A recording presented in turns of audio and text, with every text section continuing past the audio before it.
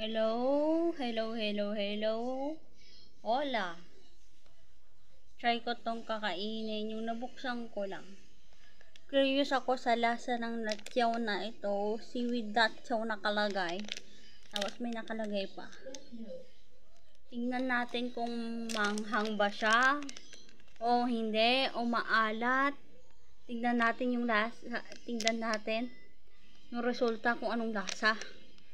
Kasi curious ako dito eh. Mga men, mga pre, kung ano man. Curious ako dito sa latyaw na to. Kaya susubukan ko na. Binili ko pala to kay Auntie Elisa Nabor. Shout out po sa inyo, Auntie Elisa. Sasarap po yung matinda niya eh. Doon ako bumibili ng Royal. Eto siya. Ganito yung style niya. Wala ko natural na seaweed na ano. Hindi ito. May pagka-beefy flavor siya, to be honest. May pagka-beefy na medyo maalat na manghang.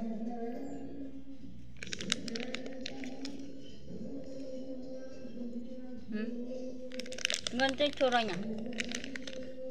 Ganito. Ganyan. Yung tsura niya. May kick siya ng konti.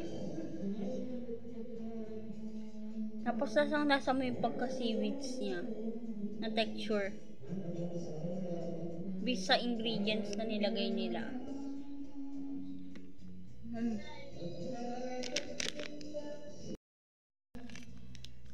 Kung maubos ko to, maganda. Pero pag di ko maubos to, ibibigay ko na lang. Pero mukhang masarap naman.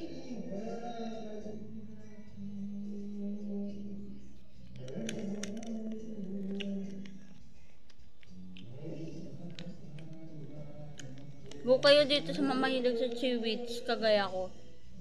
Sa mamahilig sa nori. Basta wala kayong allergy reaction.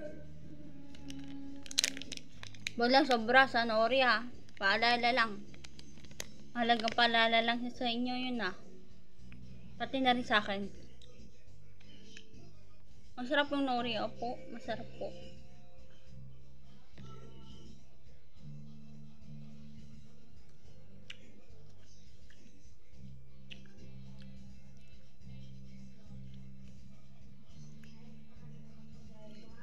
Mukhang maubos ko po ito.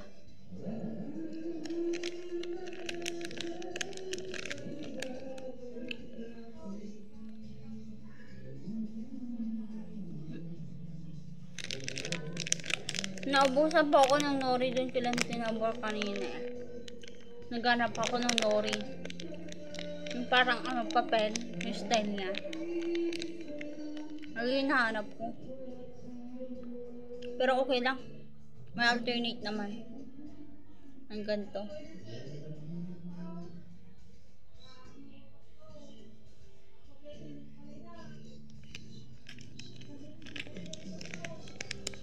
Yung unang try ko sa latyaw, ayoko yung lasa, parang sa kimchi lang.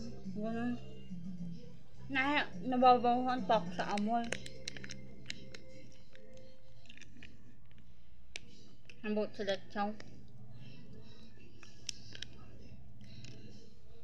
Pero nung tumagal na, ayun, nagugustuhan ko na yung lasa ng latyaw.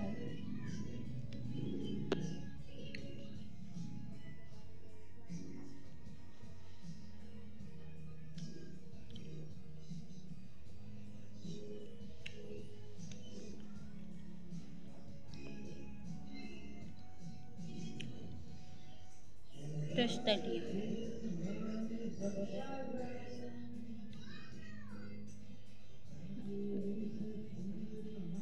Ganyan.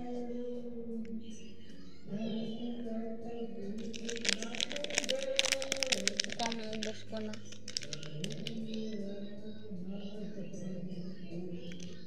Naubos ko na. Yung binili ko.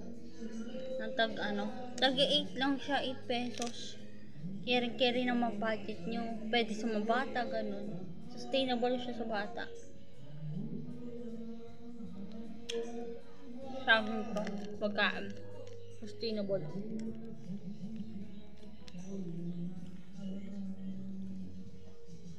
Bye na po. God bless po. Palagi. Ingat po. Ubus ko na po. Naglalas yung hanghang niya eh. Pero di ko pa na-try magmukbang na kumakain ng buldak. Kasi hindi ko yung blinag eh. Yung una kong try ng buldak dati. Kaya ganun. Curious ako sa flavor ng rosy na buldak. Ano ba yung lasa? Ano ba yung thought nyo? Comment down below. Mga kalawlis kung ano yung thought nyo dun sa buldak. Na samyang ganon. Yung mga Korean food. Ano yung mga thought nyo? Comment down below. Huwag kayong mahihiyang mag-comment ha. Ingat kayo palagi. Bye bye. God bless.